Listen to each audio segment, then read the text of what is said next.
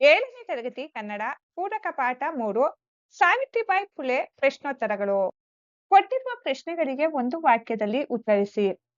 ಪ್ರಶ್ನೆ 1 ಸಾವಿತ್ರಿಬಾಯಿಯವರು ಯಾವ ಊರಿನಲ್ಲಿ ಜನಿಸಿದರು? ಉತ್ತರ ಸಾವಿತ್ರಿಬಾಯಿಯವರು ಮಹಾರಾಷ್ಟ್ರದ ಸತಾರಾ ಜಿಲ್ಲೆಯ ನಾಯಗಾಂವ್ ಹಳ್ಳಿಯಲ್ಲಿ ಜನಿಸಿದರು.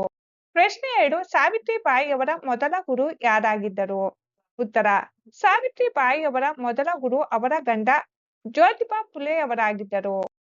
ಪ್ರಶ್ನೆ 3 ಭಾರತದ ಮೊದಲ ಸ್ತ್ರೀವಾದಿ ಲೇಖಕಿ ಯಾರು?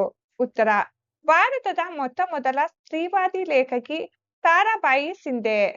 ಪ್ರಶ್ನೆ 4 ಸತ್ಯ ಶೋಧಕ ಸಮಾಜದ ಮೂಲ ತತ್ವವೇನು? ಉತ್ತರ ನಾವೆಲ್ಲರೂ ದೇವರ ಮಕ್ಕಳು, ದೇವರಿಗೂ ನಮಗೂ ಯಾವ ಮಧ್ಯವರ್ತಿಯ ಅಗತ್ಯವೂ ಇಲ್ಲ ಎನ್ನುವುದೇ ಸತ್ಯಶೋಧಕ ಸಮಾಜದ ಮೂಲ ತತ್ವವಾಗಿದೆ. ಪ್ರಶ್ನೆ 5 ಫುಲೆ ದಂಪತಿಗಳು ಯಾರನ್ನು ದತ್ತು ಪಡೆದರು? ಉತ್ತರ ಫುಲೆ ದಂಪತಿಗಳು ಬ್ರಾಹ್ಮಣ ವಿಧವೆ ಕಾಶಿಬಾಯಿಯ ಮಗ ಯಶವಂತನನ್ನು ದತ್ತು ಪಡೆದರು. ಕೃತಿಕಾರರ ಪರಿಚಯ. ಡಾಕ್ಟರ್ ಎಚ್.ಎಸ್. ಅನುಪಮ. ಇವರ ಕಾಲ 6/2/1970ರಲ್ಲಿ ಜನಿಸಿದರು. ಇವರ ಸ್ಥಳ ಶಿವಮೊಗ್ಗ ಜಿಲ್ಲೆಯ ತೀರ್ಥಹಳ್ಳಿ ತಾಲೂಕಿನ ಹೆಬ್ಬಾಗಿಲು. ಇವರ ಕವನ ಸಂಕಲನಗಳು ಕಾಡು ಅಕ್ಕಿಯ ಹಾಡು, ಸಹಗಮನ. ಇವರಿಗೆ ಸಂದಿರುವ ಪ್ರಶಸ್ತಿಗಳು ಕರ್ನಾಟಕ ಸಾಹಿತ್ಯ ಅಕಾಡೆಮಿ ಪ್ರಶಸ್ತಿ.